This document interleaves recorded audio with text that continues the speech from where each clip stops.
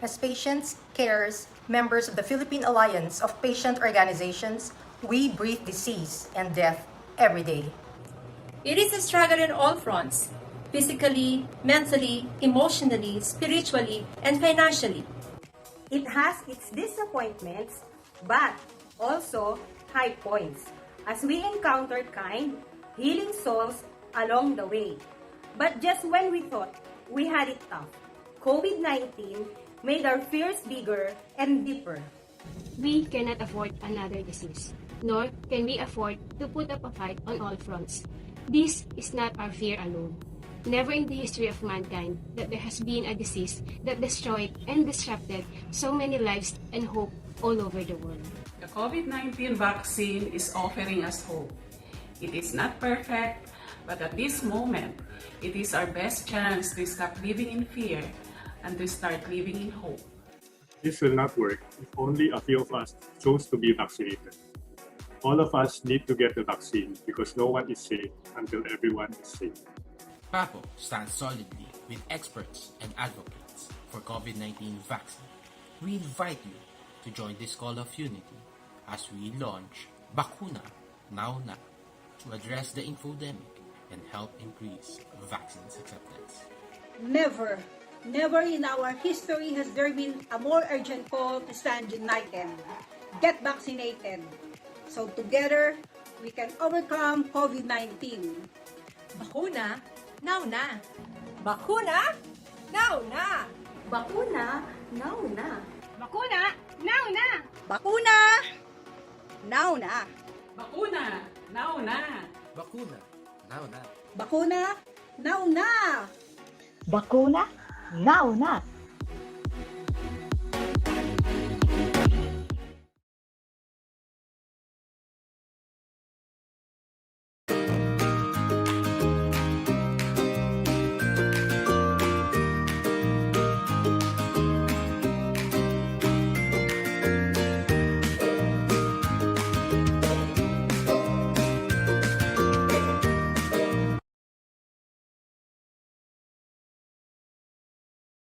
Paglanon ng pamilya, hawak ko sa iyong kamay. Kaya pumili na. Hindi na ako matatakot, dahil handa na ako. Hindi na ako kabado, anuman ang marating, sa tulong ng family planning. Alam kong kaya ko,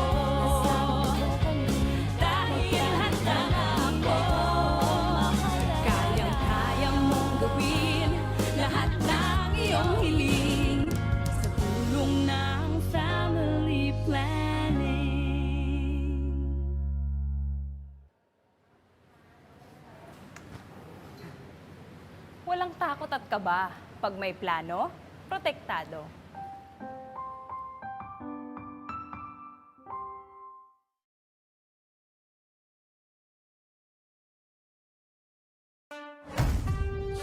Patuloy pa rin ang laban natin sa COVID-19. And together, we can beat the solusyon. B. Bawal walang mask. I. Isanitize sa mga kamay. Iwas hawak sa mga bagay. D. Dumistansya ng 1 metro. A. Alamin ng totoong impormasyon tungkol sa COVID-19. Protektahan natin ang sarili at mga mahal sa buhay. BIDA. Be the solution sa COVID-19.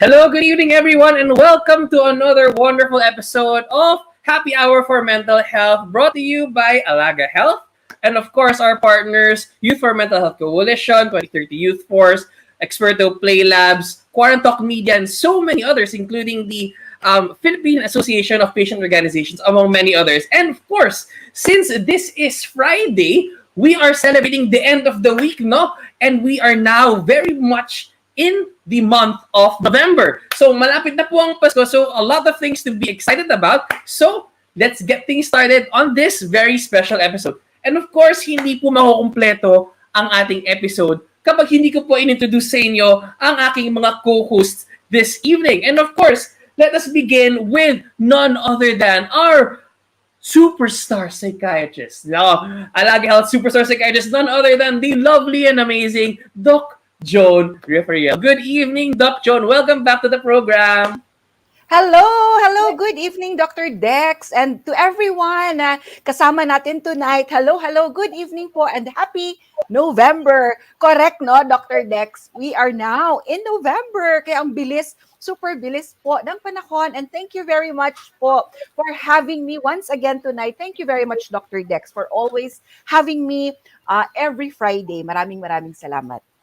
Yes, nakikita ko na kaagad yung sparks of Christmas kasi nakikita ko dun sa may likod ni Doc Joan ngayon. May nag-iiba-iba na ng kulay. Mukhang meron na nakaset na Christmas decorations. Nako, damang-damang nyo na ba ang simoy ng Pasko, everyone? So hopefully, as we get closer to the holidays, we continue to champion mental health, and this would be a really good time to connect with friends and family because it is a great time for us to champion mental health all the time. So let us also welcome back to the program none other than one of our co-hosts also in this program, none other than Doc Via Roderos. Good evening, Doc Via. I hope your connection is 5,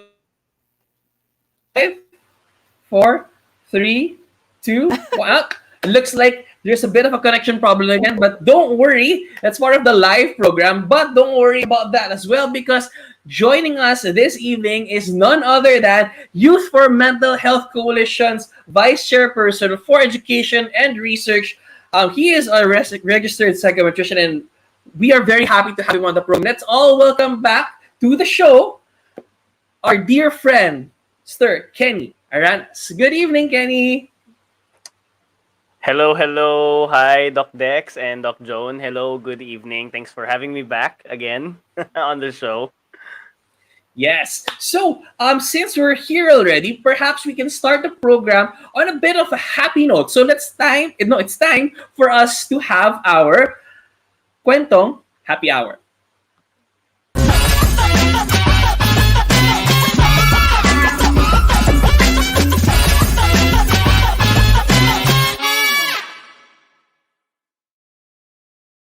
Yeah, and so since it's Kwentong Happy Hour time, perhaps we can ask all our guests probably to share a little bit of something that they heard about this week, mga narinig nilang balita, news personal, or probably about the country or anything within their community na sa palagay nila magdadala ng joy sa ating mga viewers this evening. So maybe we can start with our special guest. Kenny, may narinig ka bang magandang balita or some fantastic news na pwedeng magbigay ng ngiti sa ating mga viewers this evening? I don't know if it's worldwide news, but I've been seeing a lot of posts, especially on Twitter and on Facebook, about just I guess how people. I personally I've been seeing a lot of people saying how great it is that we're finally making some progress in terms of going back to regular face-to-face activities. More people especially have been comparing it to like other Western countries. So like yung mga tipong sana all moments na katulad ng like sa Canada or sa US or sa Europe na they're very, I guess, they have embraced what's going on with the world right now. At saka, syempre, bakunado na sila. They have a higher percentage of people who are vaccinated. So, here in the Philippines, nakikita din natin na slowly but surely, we're making some progress. Sa amin, in the field of education, CHED and DepEd have been going around to different schools and campuses and universities to check whether or not pwede na tayo actually bumalik sa face-to-face, no? So that's a good, I guess that's some good news to see. Sana people will, at least be happy with this news kahit paano. That's true. And I heard that based on the latest news, we're going back to pre-Delta variant levels, and then they're exploring reducing or lowering the level of alert sa COVID-19 to a lower level pretty soon. Plus, even considering 50% ng face-to-face classes already. So mukhang a little semblance of hope. Saktong-sakto sa Kapaskuhan. So, that's from Kenny. Probably we can hear from Doc Joan. Yeah, ako din. I'm happy about what was mentioned, what was said by Kenny. To add na lang siguro kasi yes, very happy talaga tayo na slowly, everything seems medyo better, brighter. Ang mga kids, ang mga younger than 18 to 12 na sila naman ngayon by November. Nag-start na sila with their vaccination. So kasama ang anak ko doon na below 18 kasi he is now 17. So kasama siya doon. So we are so happy na at least nagkaroon na sila ng first dose nila. So yeah, that's a very good that's something that we are really very happy about. Yeah, perfect. So I think that's quite a lot of good news. And I think one of the ways that we can add to that further, bago po tayo pumunta sa ating mga live questions at yung mga questions na pinadala po sa ating Alaga Health inbox, to segue a little bit because our dear friend Kenny might need to leave in a bit. But of course, hindi po mawawala every Friday ang Alagang Youth for Mental Health.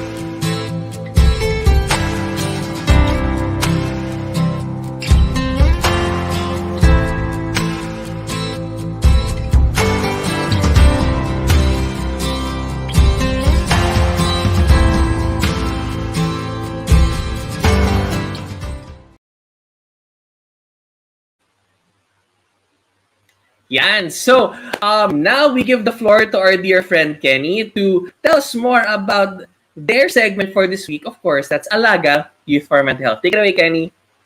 Ayun. So, thank you very much, Dex. And again, thank you very much, Doc Joan. Apologies, that I might have to leave a little bit early, but I'm glad that I'm able to talk very briefly about a topic that not a lot of people actually give a lot of highlight to, which is actually talking about grief and how we can actually cope up with loss of departed loved ones, friends, and family, and how we can heal and move forward, no? Because actually, grief is not just your normal being sad after losing someone, no? Grief actually helps remind us of how important our loved ones can be. And, death and loss are not necessarily the end, but can sometimes be great beginnings and can open a lot of doors. But of course, it does not end, at the burial or at the funeral. Sometimes it can take a little bit longer for people to process, the things that have been going on in their life, or, it doesn't even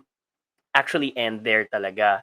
So it actually really depends on the individual, no? There are different ways that people are able to cope up with the circumstances of loss, of death, of grief. And again, it affects anyone and everyone, no? If you have experienced death in the family, every individual can experience grief in different ways, no? But talking a little bit about how we can, I guess, cope up with the feeling of grief, I would definitely recommend that people allow themselves to feel. No, there shouldn't be a need to hold in our emotions. Wag natin pigilan yung mga nararamdaman natin. It's okay if you don't feel okay. To experience grief is a normal part of life. and sometimes even with death. No, let yourself be in terms of with your emotions. If you are feeling sad, if you're feeling,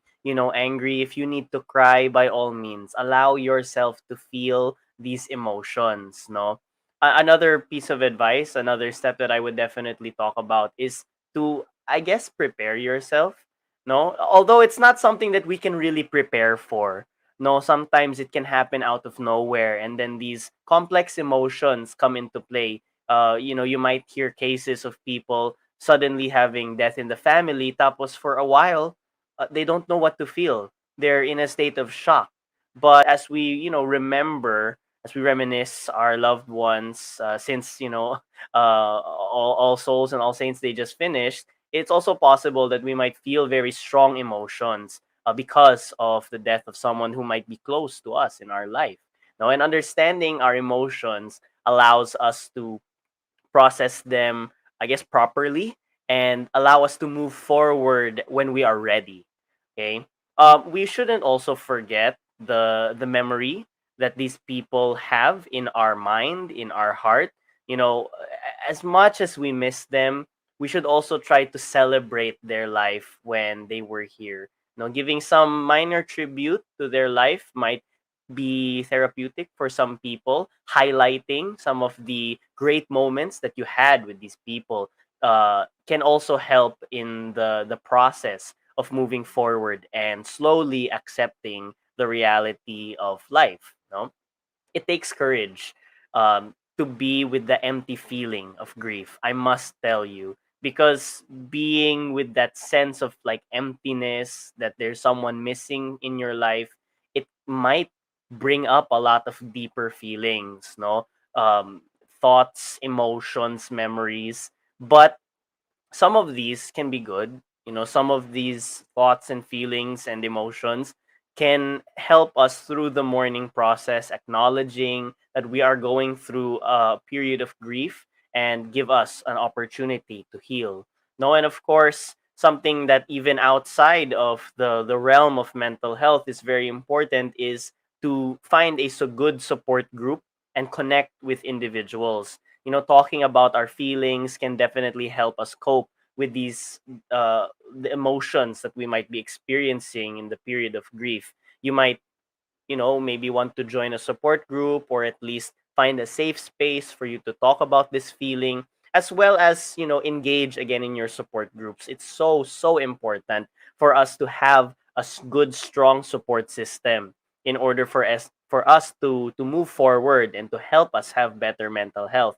And of course, in a time of death in your family, in a time of crisis, you would want someone, you would want people to be the shoulder to cry on. No, you would want people to help and support you. That's why it's so important for us to always find these connections with people. So for people out there who might be grieving over loss of a loved one, whether it is related to COVID or for other reasons, you might find yourself in a situation where you want to comfort someone who is grieving, but sometimes we don't know what to say, to people who are experiencing this kind of feeling. Sometimes you feel like just saying condolences might not be enough. No, and as a concerned friend, if you know someone or you have someone in your life, you may offer them perhaps some practical help, or at least just be there, to listen to them if ever they have anything to say, or even just your physical presence might be enough. You don't have to say anything. Sometimes silence can say a lot. I know it sounds strange to hear, but sometimes just your physical presence without saying anything can mean a lot to someone, knowing that you are there, nakikiramay, parang ganun. It is important for us also that we acknowledge the feelings of individuals who are grieving and listen to them without judgment. No, we should just allow them to feel the way that they feel and to listen to what they have to say. Because a grieving person might want to talk about, they might want to talk about the life of their uh, recently departed, or share their thoughts or emotions or memories that they had with them, and just allow them to do that. No, and there's no need to interject anything. All we really should be doing is, listening without judgment, no, and being there for the person. And of course, one of the most important things that we want to help people with is finding the right kind of professional help if necessary. So if perhaps you are grieving or you know someone who is going through the process of grieving and maybe they might need a little bit of help and you notice this, then if it's already starting to affect areas of your life, your productivity, your relationships, your work, you might want to seek help from a professional, a psychologist, a psychiatrist, a trained mental health professional. If you're a student, maybe your guidance counselor might be able to help you in guiding you through the process, no, and setting the goal and direction towards the path of healing and coping, no. And just as a final reminder for everyone who is watching and listening, that you are not alone and that you deserve support. If you are finding it difficult, to access the kind of services that I just mentioned, or you've already tried these options, but you aren't sure about where else to turn next, you can always seek help from different mental health organizations, such as ours at Youth for Mental Health Coalition. We are trying our best to be the forefront for the youth in terms of destigmatizing mental health. And of course, you can always send us a message on our Facebook page, as well as send us an email at info@y4mh.org, and we would be very much glad to help you in confidence. Okay, you can message us, and you will rest assured that we will take your concerns with full confidentiality and anonymity. Again, take our suggestions as an inspiration. Take my suggestions as an inspiration in creating your own self-care routines. Self-care can be very helpful in terms of how we're able to cope and move on from grief. And remember that self-care routines, just like feeling grief, can be are very individualistic. Everyone experiences and has their own self-care. That's why there's no one size fits all for self-care for dealing with grief. There's only a few things that we can help you with. Everyone goes through the process differently, and whatever works for you, go ahead and do that. If you want to know more about mental health, not just in the context of grief, but of course in general, or self-care practices, feel free to check out our social media pages at the Youth for Mental Health Coalition. We've opened up our registrations for membership if ever you are interested in becoming a mental health advocate. And of course, you can always reach out to us through our Facebook page, Instagram, Twitter, and of course, email us at info@y4mh.org. I thank you very much, Doc Dex and Doc Joan. And if ever Doc Via is here, thank you very much, for inviting me this evening to give a very, very short talk, very, very short primer of sorts on this concept that we in the health profession know sometimes we need to deal with right away. So, allow people to process their emotions, allow people to feel the way that they feel. That's why I want us to, at least give a highlight on this rather on the topic of grief that a lot of people kind of don't want to talk about, but needs to be talked about. But again, be kind to yourself, to your emotions, to your mind, and to other people's minds. Thanks again, Doc Dex, Doc Joan, for inviting me. Again, if Doc Via is here, for a great evening. Apologies, I do have to go after a few minutes. But again, always be kind to yourself. And Doc Dex, back to you. All right. Thank you so much, Kenny. Thank you for your wonderful discussion.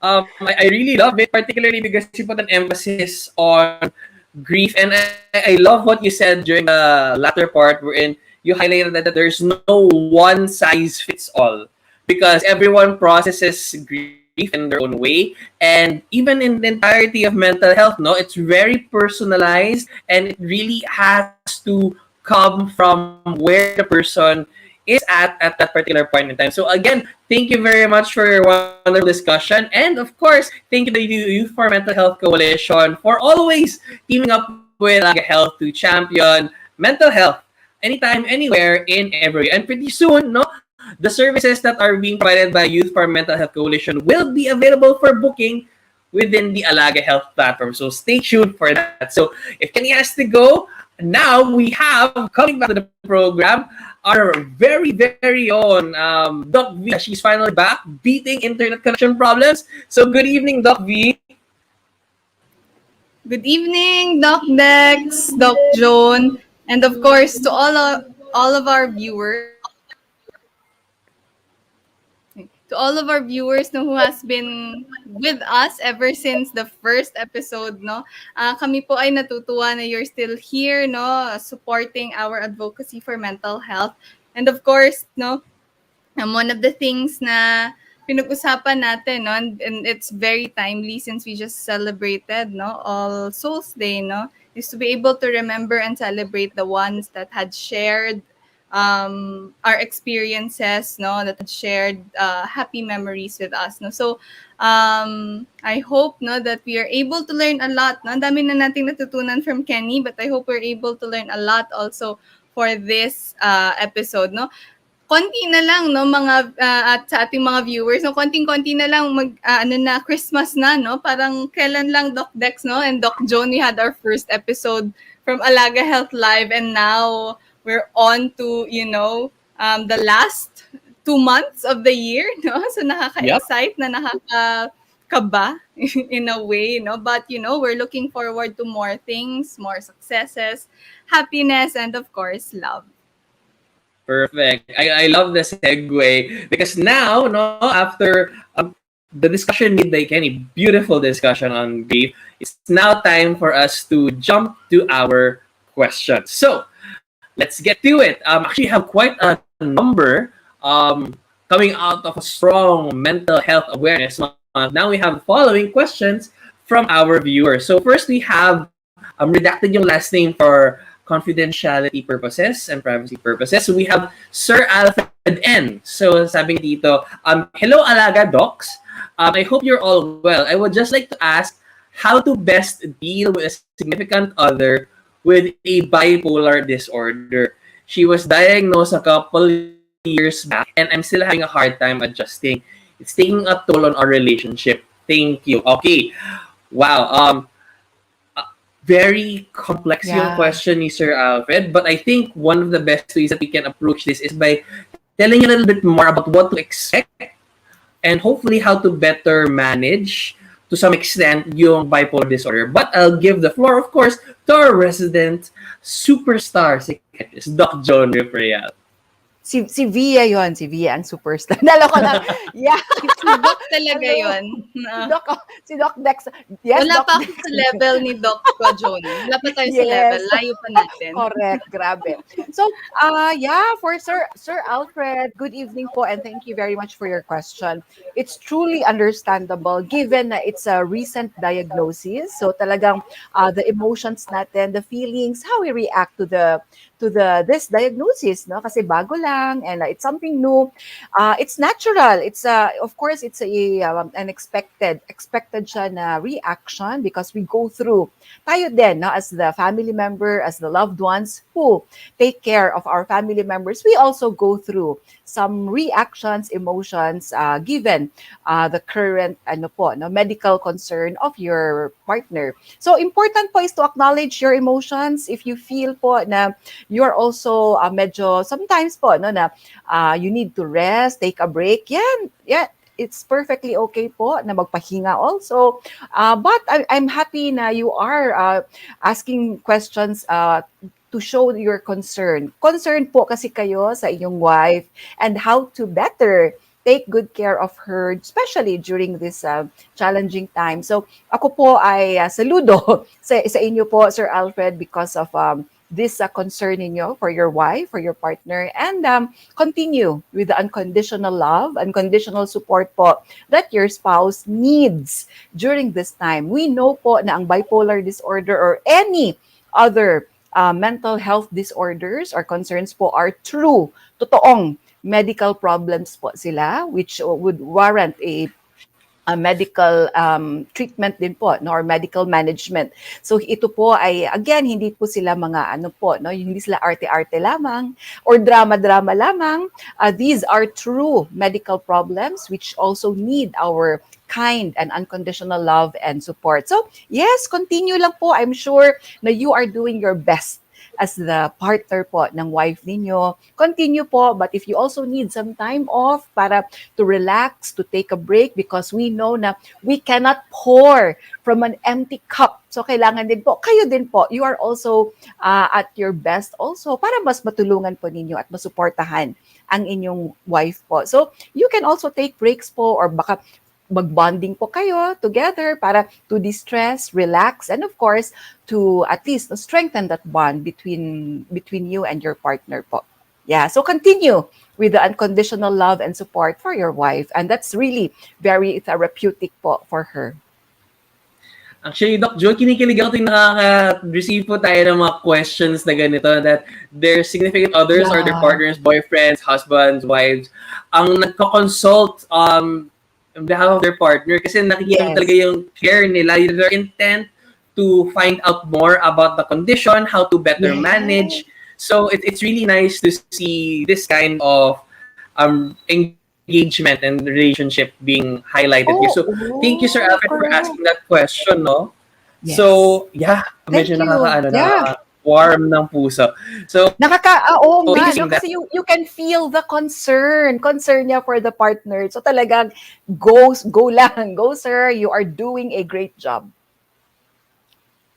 Thank you, Sir Alfred. No, so I think maganda na let's go to the next question also kasi this one is a bit interesting and challenging as well. This one is coming from Ma'am Marie de la Cuesta. So, ang tanong niya is, magandang araw po. I think this is from the Alaga Health inbox. Magandang araw po, Alaga Health. Kapag po ang pasyente ay nasabihin na may schizophrenia, gaano po kadalas ang pa-check up at gaano po kamahal magpagamot? Okay, complicated question. Maraming salamat po. Okay, bigyan ko na po kayo kaagad ng immediate response and then I'll throw it to Doc Joan. No? Ang pag-manage po kasi ng patients with schizophrenia, this is going to be a long-term endeavor, no? And it will require different modalities of care. Plus, kailangan po na holistic yung approach natin na hindi lang po yung patient yung ating ina-advisean, but also the family, the caregivers, medyo ano po talaga siya, holistic. Kasi kailangan po na maintindihan po ng care provider, ng family members, tsaka ng patient to some extent yung condition niya. And this will vary depending sa what extent na po yung condition ng schizophrenia ng patient. And of course, babase din po yung price sa intervention na gagawin at saka kung saan po kayo magpapakonsult. But of course, I would love to give the floor to our psychiatrist, Doc Joan. So, any advice po to Ma'am Marie?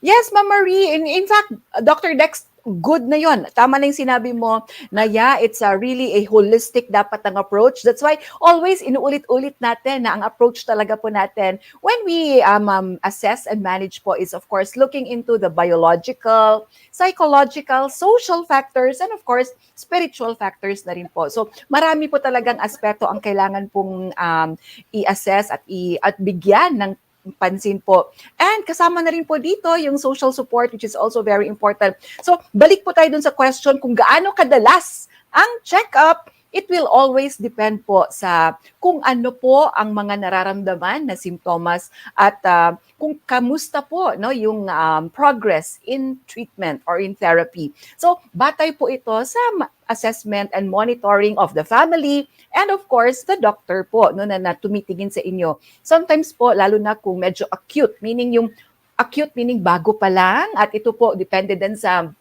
severity ng kanyang mga simptomas. So, mas madalas po yun. Mas madalas po siya. Kasi to make sure na ang atin pong loved one ay safe. Safety po kasi ang priority, especially sa mga unang phases po, sa acute stage. Kasi baka lang po, na it may pose some threat sa safety ng individual or sa mga kasama po sa bahay or sa lipunan, sa community. So, mas madalas. But habang tumatagal naman po at mas nagiging stable na po ang symptoms, mas nakokontrol na, mas gumaganda na po ang kanilang tulog, pakiramdam, ang kanilang mga iniisip or ang kanilang mga behaviors, then pwede na po siyang mas longer na ang intervals po ng kanilang pagpa-follow up with their doctor. In terms po sa mga gamot, meron pong mga, of course, kami din po, concerned din po namin ito for our patients because we are advocates lagi po sa aming mga patients. So, meron po naman pong mga medications na generic also, na of course, sila din po ay gumagana naman po kung talagang ang concern is the finances. So, may mga options po tayo na marami po sila in the market na generics which are more less expensive at mas nakakatulong po kung ang concern natin ay sa finances naman po. Perfect. Thank you for that, Dr. Jonah. But before we proceed, I'd like to do a quick shout out to the Saonoy Diana family, Quadra family, Claudio family, and everyone else watching the program. So if you have any questions, lagay nyo lang po sa comment section and we will be answering them here live. No? So this program is for you. Lahat po ng mga questions nyo,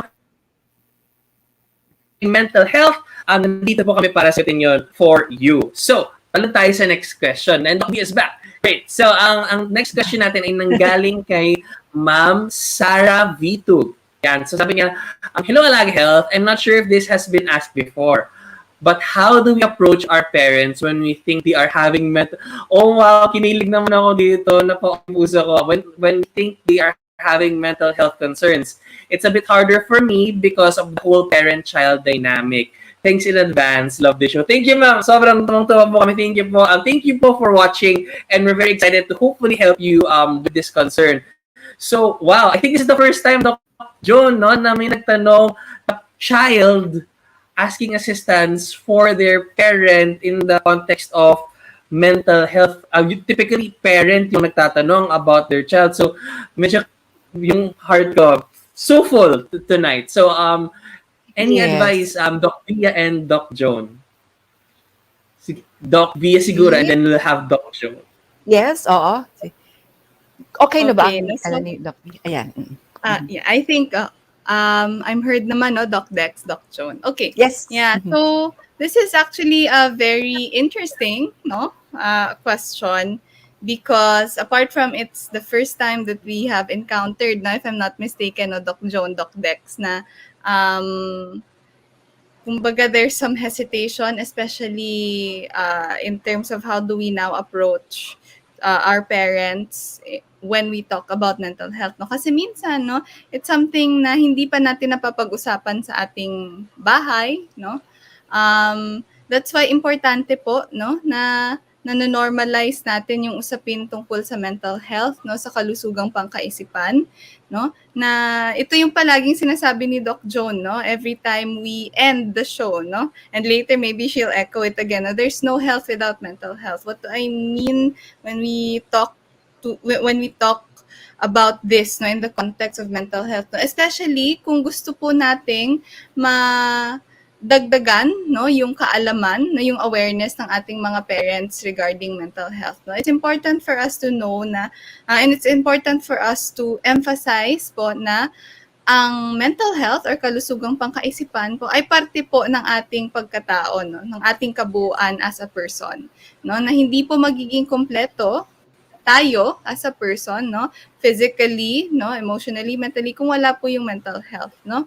It's as if we are saying that if we are not well, no, hindi po tayo healthy in terms of our mental well-being, ay para rin po tayong nagkakasakit, no, kasi similarly, when we have cough, when we have colds, pag meron tayong sakit sa puso, sakit sa baga, we don't feel well, no. When we have mental health conditions and when we talk about mental health in general and being having illnesses that would concern our mental well-being, may mga instances that we really don't feel well. We don't feel well as a whole, no? So importante po na i-emphasize natin that more than anything, no, it's more than just, you know, talking about feelings, no. It's actually part of us, no. It's actually part of our total kumbaga person, no, at our total identity, no, as a person. Maybe yes. Correct.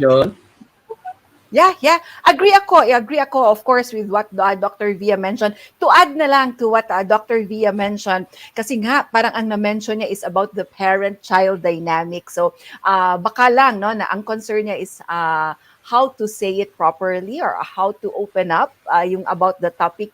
So, ang isang way also, aside from what Dr. Via mentioned, is to express your concern. Concern, meaning as a child, as a daughter, as a son, express your concern in a constructive manner. Constructive meaning, parang napansin ko lang no, na concerned lang ako ma'am kasi parang lately, nakikita ko parang lagi kang umiiyak. So, phrase it in a way na wherein parang the concern is always there kasi I can feel the concern dun pa lang sa question no? So express it na you are concerned kasi lagi mo nakikita si mom mo or dad for example na lagi umiiyak or hindi masyadong nakakatulog or hindi masyadong nakakakain kaya pumapayat, bumabagsak ang timbang. So express it kung anong na-observe ninyo and let them know na they can approach you, talk to you anytime kahit naman kayo ang son or daughter. It doesn't matter kasi when there is someone na nakakausap ng isang individual, that's very therapeutic already. So it can start between you and your parent and then kung if you feel na parang hindi ko to, parang medyo hindi ko siya maintindihan or you can also be honest and say na parang hindi ko siya masyadong ma-grasp ngayon itong concept, then maybe you can ask other members of the family if your parent is willing to open up about it. But otherwise, make sure na you are able to express it. Para magkakaroon din ng awareness ang inyong parent na, pwede nga. So, magkakaroon sila ng insight na, oh yes, baka, kasi nga, ang mga children or kung kahit ng sinong kasama natin sa bahay, sila yung unang nakakapansin kung merong mga pagbabago in the behaviors, in the mood of those who are staying with us or living with us in our homes.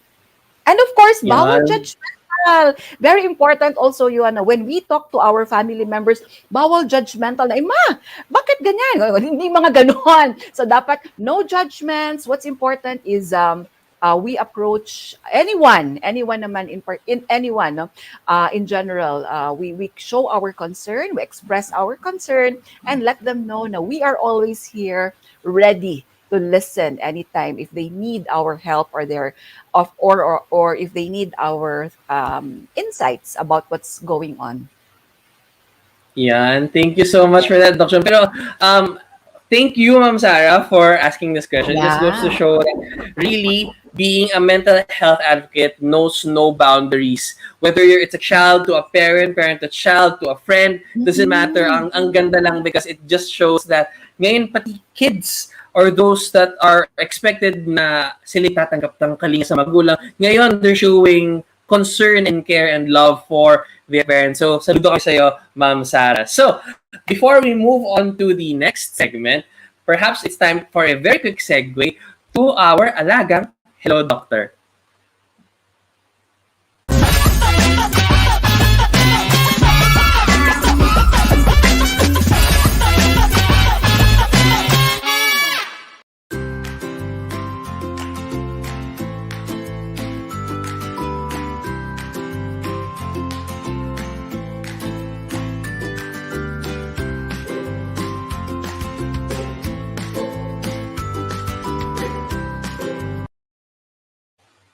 Hi! So, welcome to Alagang Hello Doctor. And sa segment na to, pinag-usapan po namin yung nating partner na Hello, which is part of the Hello Health Group, which is present in over 9 countries. At sa lahat po ng health firms dito sa Pilipinas, Alaga Health po ang kanilang piniling maging partner. And of course, for the reason that we share their advocacy. So, pakita ko po sa inyo yung ating featured article for the week. Napakaganda po nito. Dahil nag-match siya dun sa ating first question kanina. Ito yung pakita ko sa yung screen ka ng mabilis. This is about their article regarding being in a relationship with someone who has mental illness. So, and this was written by Angelina Rosario. At ang maganda po sa Hello Doctor, lahat po ng articles nila nasa screen at na-verify ng Hello Doctor Medical Panel composed of medical experts para sure po kayo na yung i-share nyo man siya sa social media, sa messenger, sa kung ano bang and correct. So, for example, this article, how can it affect the relationship? Mga common questions, is it challenging to be with a partner who has mental illness? So, meron din silang mga tips, no? nakalista dito, yung educate yourself, motivate them, be someone they can talk to freely, things that nalabanggit ni Doc Joan kanina, and be patient and calm, very, very important yan. And of course, ito yung other side nun, kagaya ng sabi ni Doc Joan, don't forget to take care of yourself as well. Tips for supporting yourself, no? Finding a support group, which is highlighted by Kenny earlier, and even taking a break if needed. And of course, yung kanilang key takeaways. Ang maganda po dito, no? Marami po pong articles dito sa hellodoctor.com.ph that when you click their website, and dami pang other that you can look and read about. So hopefully you can visit them at hellodoctor.com.ph. So for your medical information, you can check hellodoctor.com.ph, and for your health services, check out Alaga Health. So back to our questions. So we now have a question here from Ma'am Dana A. So ang question is, hi Alaga Health, do you offer mental health services? If yes, how much? I hope to refer my sister because she's been having a difficult time with recent family drama. Thank you very much. So okay, Ma'am Dana, first and foremost po, thank you po for thinking of Alaga Health as a provider for your mental health service, because yes, we do. We have psychologists, we have psychiatrists, we have psychometricians on board. And nako, with Doc Joan being in the program, for sure, gustong-gusto mo rin i-book yung services ni Doc Joan. She's actually the head physician of Healthy Mind Clinic, right? And of course, hopefully you'll be able to book services there either in person or probably through telemedicine, so that you'll be able to keep in touch with those health professionals that can provide mental health support. And yung how much, nako, mag-iiba-iba po yan depending on probably the condition, depending on the engagement, depending on what modality, face-to-face, telemedicine. So all of these options are available to you. Ang maganda po, ma'am, meron na kayong choice on how you will receive the healthcare that you want at the best possible price. You're free to compare. Yun yung benefit ng Alaga. You're free to compare lahat ng prices ng lahat ng health professionals, lahat ng health clinics, that pati na rin yung pinakamalapit, so that you can pick the one that is the best for you. So hopefully we'll see you on the platform, Ma'am Dana. So since sinagot ko na yung question na yun, tanong na tayo dun sa next question. Ito, this one is coming from Sir Martin Vicenio. Yeah. So good evening po. Paano po ba ulit sisigla yung pakiramdam? Paano po ba ulit sisigla yung pakiramdam? Habang patagal po yung COVID, palala po yung lungkot ko at bigat ng pakiramdam. Ano pong magandang vitamins? Nako, very interesting question. And yung last question ni Sir ay yung pinaka-common na narinig ko sa kahit anong konsulta ever. Ano pong magandang vitamins? So, sige, plug natin dito. Doc V and then probably Doc Joan. Any quick response for Sir Martin? Nako, kasi ang go-to talaga response ng mga patients is that pag may masamang pakiramdam, vitamins. Lalo may mga nag-advertise na vitamins or mga companies na pampasaya daw yung vitamins. So, Doc V, any quick response? All right, no? Good evening po, Sir Martin. No? I hope you're feeling better, no? I think, no, Sir Martin has just gone through, no, having COVID. So I hope, continues po yung recovery niya, no? So for those who have gone through COVID, no, like Doc Dex, no? I think you can also, probably may ma-share ka din dito, Doc Dex, mamaya, no? But one of the things that we would always assure, no, our patients, no, is that when there are different recovery times kasi, no, for COVID patients, no, especially those that have had moderate or severe na mga symptoms, no. So minsan no, tapos na yung they're actually negative already, no, pag nagpa-swab sila or tapos na nila yung quarantine nila, pero nandun pa rin yung feeling of fatigue, hapo pa rin sila, no. And that's something that is very evident, especially pag they overexert themselves, no? So, what that means, or ibig sabihin po nun, yung katawan po natin ay nagre-recover pa rin, no? Doon sa sakit, no? It doesn't mean that we're still sick, no? You're in the process of recovery. It's just that your body is not yet well enough, no? So, usually, no, kami po, palagi naming sinasabi na food is medicine, no? Ang ibig sabihin po dito, no, for us to be able to recover a lot faster, no, importante po yung lifestyle natin, importante po yung mga kinakain natin when we talk about recovering from COVID, no? So, kasama po dyan ang pagkain ng tama po. If you remember in our few episodes before sa Alaga Health Live, no, dun sa check-up, na we explained how we're supposed to eat, how much we're supposed to eat. So yung pinggang Pinoy, no? Kung maybe pa pwede nating i-review yun, no, Doc Dex, no? And in terms of,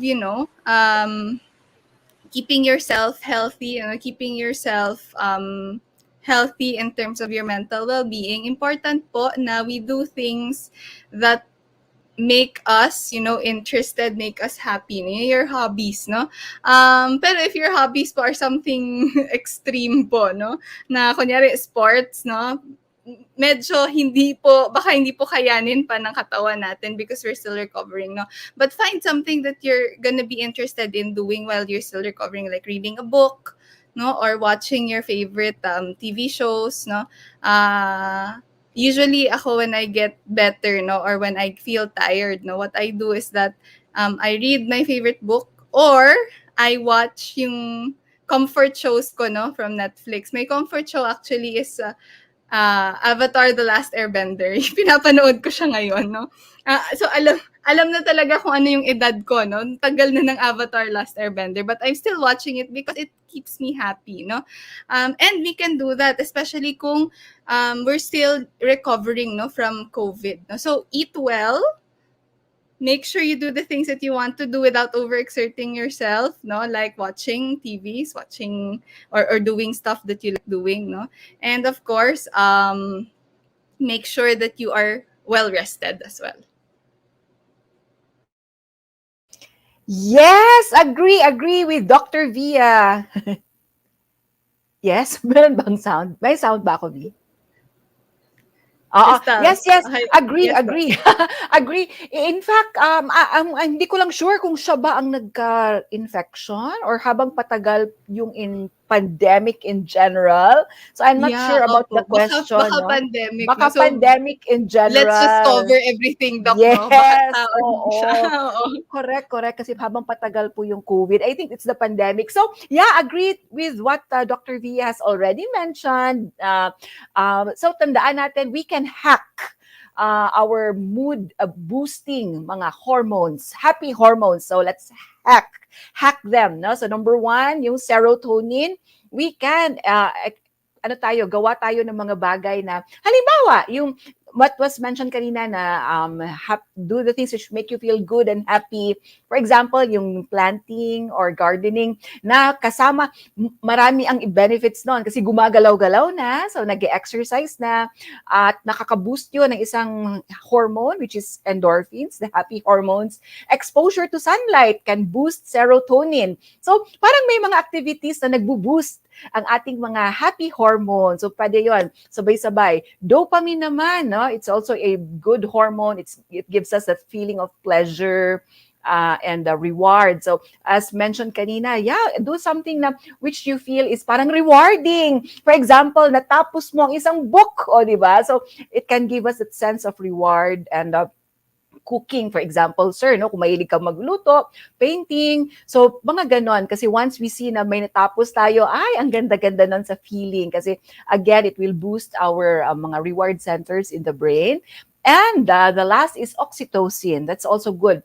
We can boost it through face-to-face communication with our loved ones. Nakasama sa bahay, ha? Kasi bawal pa ngayon ang party-party kasi we maintain physical distancing pa rin. But we can always, kung may kasama tayo sa bahay or kung walang human person, skin to skin, no? Touch with your loved ones, kasama sa bahay to boost oxytocin, the bonding hormone, or mga pets.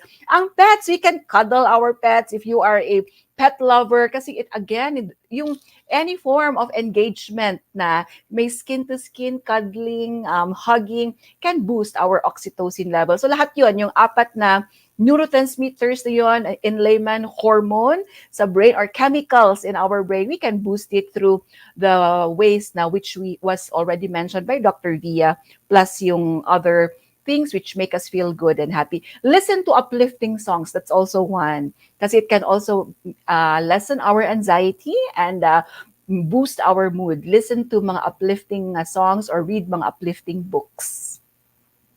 Magandang vitamins, usually po, vitamins, kami po, no, personally, sinasabi namin in general, kasi nga, sabi nga, we are still in COVID, continue to take your vitamins to boost your immune system, like ascorbic acid, vitamin C, and multivitamins, kasi it can also help na in our overall health and well-being. Kasi nga, total pa rin, no? The health pa rin includes pa rin kasi the physical, emotional, mental, social aspect. Get enough rest and sleep. That's also very important for us to be able to function well. Paggising sa umaga para hindi tayo malungkot, hindi irritable, hindi parang nabibigyan tayo ng energy when we wake up, feeling refreshed from a good night's rest and sleep. Yan, perfect. Actually, bet na bet ko yung sinabi ni Doc Joan. Hug your pets, because I personally have a very, very rowdy, foster dad Me dog. too. I have a pet, no? Pero wala siya ngayon. Yeah. My pet is So, they can actually feel what you're feeling. So, palam nila pag stressed ka and then you hug them. I read somewhere, actually, and watched somewhere na, it's a very oxytocin-driven relationship. They feel what you feel. You know when you're happy, you know when you're sad. And ito, dagdagan na din kasi yun na yung pangalan ng show eh. Ina-advocate namin dito sa program yun. At the very least, no matter how busy, how toxic, how sad, how happy your day is, allocate at least 1 hour a day just for yourself. Do something that you love. Do something that makes you excited, that makes you feel refreshed. Whether it's playing with your dog, watching TV, having fun, playing your instruments, being a plantito, plantita, shopping on your phone, whatever it is, allocate at least something, 1 hour that will make you excited about the days to come. So, ayun, that's why we are advocating for happy hour. So, before we go to our last question, it's time for our last segment, which is, of course, and by the way, before that, shout out to Doc Nolly for watching, as well as Sir Gregorio Albiendo. Yes, we love you, Doc Nolly. But actually, we have a quick question here, no, from Sir Alan Quadra. It says here, hello, docs, asking for a friend. Ano po ang pwedeng gawin para mabura sa isip ang isang recent traumatic experience?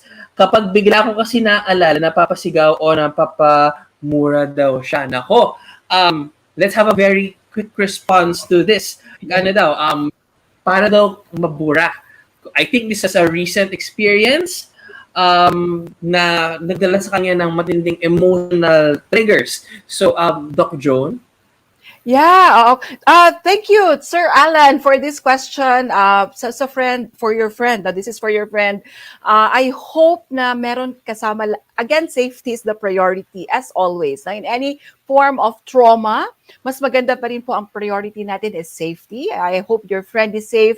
Meron siyang kasama, kasi we don't know kasi kung ano talaga exactly ang nangyari, no? If it was, harm to self, harm or the friend witnessed someone being mugged or attacked, mga ganun. Hindi natin alam the extent of the trauma, but in any form of traumatic experience, safety is the priority. Make sure na ang friend natin po ay safe, may kasama lagi, or out of that situation na kung saan nangyari yung trauma. Kasi we are not sure nga, no, if it's violence ba, domestic violence, etc. So, safety, make sure also po na napoprocess ang kanyang emotions. Hindi po siya kaagad-agad na parang magic na pwedeng mawala or na burahin. It's always a process po, and we should be patient lang po tayo. Mas maganda we talk about it with someone whom we trust, kasi telling and retelling our stories, our traumatic experiences can be very helpful. We call that yung process na yun, telling and retelling. So, of course, sa mga sa mga trusted persons lang, no, para at least pa rin, no judgments about what happened. Kung kailangan also, if there really is a decline in the functionality already, parang sobrang heightened na lahat ng emotions, hindi na nakakatulog for how many days already because of the repeated na nightmares, flashbacks, or hypervigilant na to the point na hindi na nakakalabas ng bahay because of the fear, or halimbawa po, bagsak na ang mood because of the traumatic event, napapabayaan ang self-care, then maybe po, pag ganon, mas maganda, I would suggest talk to a mental health professional already if there is that element of persistence of symptoms, decline in functionality, pag hindi na nagagawa ang mga activities or roles, ay hindi na nagagampanan, at kung umaabot na po sa point na because of the traumatic event, ay nakakapag-isip na po yung friend po ninyo ng mga negative thoughts, bordering na on self-harm or mga thoughts po, no, na, or unhealthy coping strategies to deal with the trauma, like excessive alcohol drinking as a form to drown one's sorrows, mga ganun po. So mas maganda, pag ganung tatlong red flags already, then mas maganda po, talk to a mental health professional already. Yan. So, thank you for that, Doc John. Hopefully, nakatulong kami sa iyo, Sir Alan. So, as mentioned, it's time for our final segment, which is, of course, Alaga Health Update.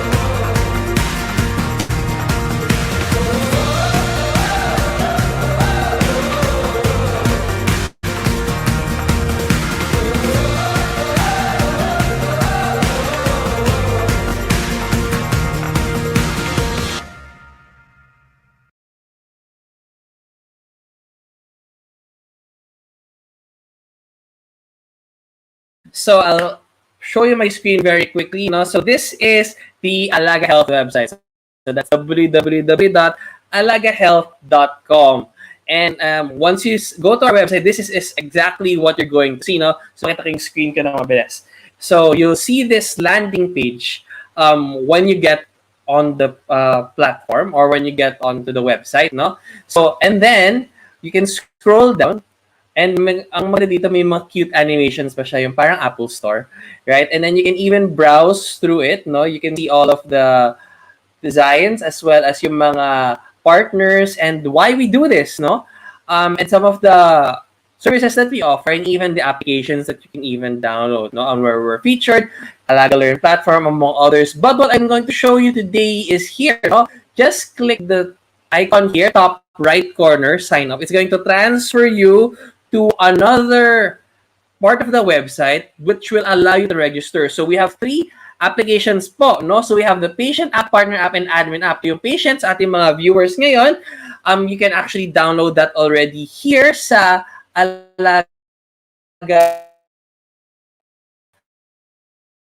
Download the Alaga Health Beta app, and even for our health workers or health professionals, yung Alaga Partners Beta application. No? So you can download these 2 already. And this one is already set for download very soon. So for viewers right now, you click Patient App, then just press continue. Then, of course, read yung data privacy, clause natin dyan. And then agree to the terms and conditions. And then, of course, fill up your profile details. No? So just fill this up, and in less than a minute or 2, just continue here and you'll already be part of the Alaga Health family. And you can begin checking out health providers and health professionals near you and get the services that you need anytime, anywhere, in every way. So hopefully you'll be able to check out alagahealth.com, download already the beta app so you can already check meron na bang Alaga Health doctor or health professional near your area. And for health professionals, you can already check out Alaga Partners just to see if meron kayong patients nearby that might be looking for a health provider that's easy to access and hopefully very fun and friendly. So back tayo to our questions for the evening. And I believe this is the last question, no? And I think this is going to be very, very, very exciting because ang final question natin for the night ay from Sir Carl Madrigal. So ang question is, hello po, para maiba naman po. Ano pang Christmas song ang maganda sa mental health? Gumagawa po ako ng playlist. Laugh out loud. Okay, so I think this is a nice way to end the program and end on a high note. So, Doc Joan, ano po ba ang marirecommend nyo? Favorite Christmas song or mga Christmas songs na talaga nakakapagpa-uplift ng iyong pakiramdam. Kasi yung ibang songs medyo malungkot, pero Christmassy pa din yung vibe. Kayo, Doc Joan, ano ang inyong favorite Christmas song? Hello! Ako kasi ang mga Christmas songs ko talaga, yung mga yung mga mabibilis, yung mga napapaindak at napapasayaw, yung mga dance na ginagamit ng mga anak ko sa school, yung mga yun. I'm not sure about parang yung Mariah Carey. Pwede bang sabihin yun? Yung mga All I Want for Christmas is You. Yung mga ganon. Mga top songs of the season yun. Yeah. Doc, siya, si Mariah Carey, tsaka si Marichan, mga top 2 most streamed Christmas songs in the Philippines all the time. Correct. Oo, gustong-gusto yan ng mga kids ko. Sayaw sila ng sayaw niya na naka-Santa hats pa sila. At lagi yan sinasayaw nila sa school. Although, meron din ako isang nostalgic naman na song na I always remember this nung kabataan ko pa. Up to now, parang may mga siya, it brings back very good memories. Yung The Christmas Carol. Tama ba? Christmas Carol. Yung papasampulin ba kita, Doc John? Hindi na. Kasi baka biglang mag-brown out. yung chestnuts roasting on an open fire. Yun. I think it's Christmas song. The Christmas song ba title? I believe so. Yeah. Yes. Yeah. Calm, nostalgic song. Yeah, nostalgic. I remember, pag Pasko, I would play yung mga Michael Bublé songs na may Christmas album siya from before na yung lagi kong pinapakinggan. And of course, yung mga nakaka-indak na songs, even to some extent, yung mga Christmas songs of mga novelty songs, pinapakinggan pa siya pampa-uplift from time to time. So, yeah, I'm very, very excited to share all of those songs with you. And maybe we can do that. Ayan, si Doc V is back. Doc V, perfect, nakahabol ka because ang tanong ng ating viewer, from the Alaga Health Inbox is, hello po, para maiba naman, ano po Christmas song ang maganda sa mental health? Gumagawa daw siya ng playlist. Doc, anong marirecommend mo ang paboritong song o mga nakaka-uplift na Christmas song? Actually, yung Christmas song talaga in itself, it's really very uplifting kasi ang daming memories, It's very nostalgic talaga, Especially since pag may narinig ka, yung naiisip mo, puto bumbong, bibingka, simbang gabi, gifts, and spending time with family. Siguro what I can share, kasi if I were to recommend, yung nagpapa-uplift ng mood talaga, all Christmas songs, kasi it's really the spirit of the song talaga, But my favorite, I like Christmas songs that are very jolly, would be Sleigh Ride, and it's very kasi very joyful, very childlike, so that's my favorite. And if you want something na gusto niyo sayawan with your friends, your family members, then that's something I would recommend. Yan. Thank you for that, Doc V. And given that we have already answered our last question for the evening, now it's time for our wrap-up. Probably just a final word of advice or probably a quick statement to end the program. Let's go around the room. Doc V, any final words? I'll keep this short, kasi so that we can enjoy the rest of our Friday evening. Always ensure, that you are actually taking care of yourself. Self-care is very important, especially now na we are still, bumababa na actually yung cases natin, but we're still not out of the woods yet, So it's important to keep ourselves healthy, physically, mentally, emotionally, no? And of course, if you have any concerns regarding your mental well-being, no, nandito po kami nila Doc Joan, Doc Dex, no? And of course, sama-sama po tayong mag-uusap ulit dito sa Happy Hour for Mental Health every Friday from 8 p.m. to 9 p.m. And of course, tomorrow po, Monday na pala, Doc Dex, no? Bagang schedule. Yes, no? And we will be having a lot more in store for our viewers, no? So abangan po natin 'yan. And of course, dito rin sa Happy Hour, no, marami pa po tayong mga pakulo na gagawin. So stay tuned for that. And again, magkita-kita po tayo next week for another Happy Hour with Doc Joan and Doc Dex. Perfect. Thank you so much, everyone. Doc Joan, final word. Yes. Yeah, ako din. This is just a very quick message. Again, thank you very much, Alaga Health, Dr. Dex, Dr. Via, for always inviting me every Friday. At to everyone, let's remain positive lang. Enjoy. Let's take it one day at a time. We call that mindfulness, no? Para we don't feel too overwhelmed about mga what ifs for tomorrow, for next week, for next month. So let's enjoy every moment, every activity, every cup of coffee na we drink. So let's take it one day at a time. And also po, tapos na po ang ating mental health month last October, but it doesn't mean that we can't celebrate life pa rin and health and mental health in general. No? So we can celebrate it every day, anytime. So mas maganda pa rin po, bigyan natin ng equal importance ang ating kalusugang pangkaisipan in the same way that we give importance to our physical health and well-being, especially since the pandemic is still ongoing. And take care po sa lahat. We know that even if medyo better na ang situation, we are still in a pandemic. So please take good care of yourselves. And I'm looking forward to seeing you all again next Friday. Maraming salamat po sa lahat, and God bless you all. Thank you very much, Doc John. And once again, I am Doc Dex, reminding everyone na isa sa mga pinakamagandang paraan na magkalat ng kaligayahan ngayong Kapaskuhan ay alagaan ang iyong kalusugang pangkaisipan. So see you all again next Friday for another episode of Alaga Health Live presents Happy Hour for Mental Health with Doc Dex, Doc Via, and of course, Doc Joan. Thanks everyone. Bye. Happy Friday.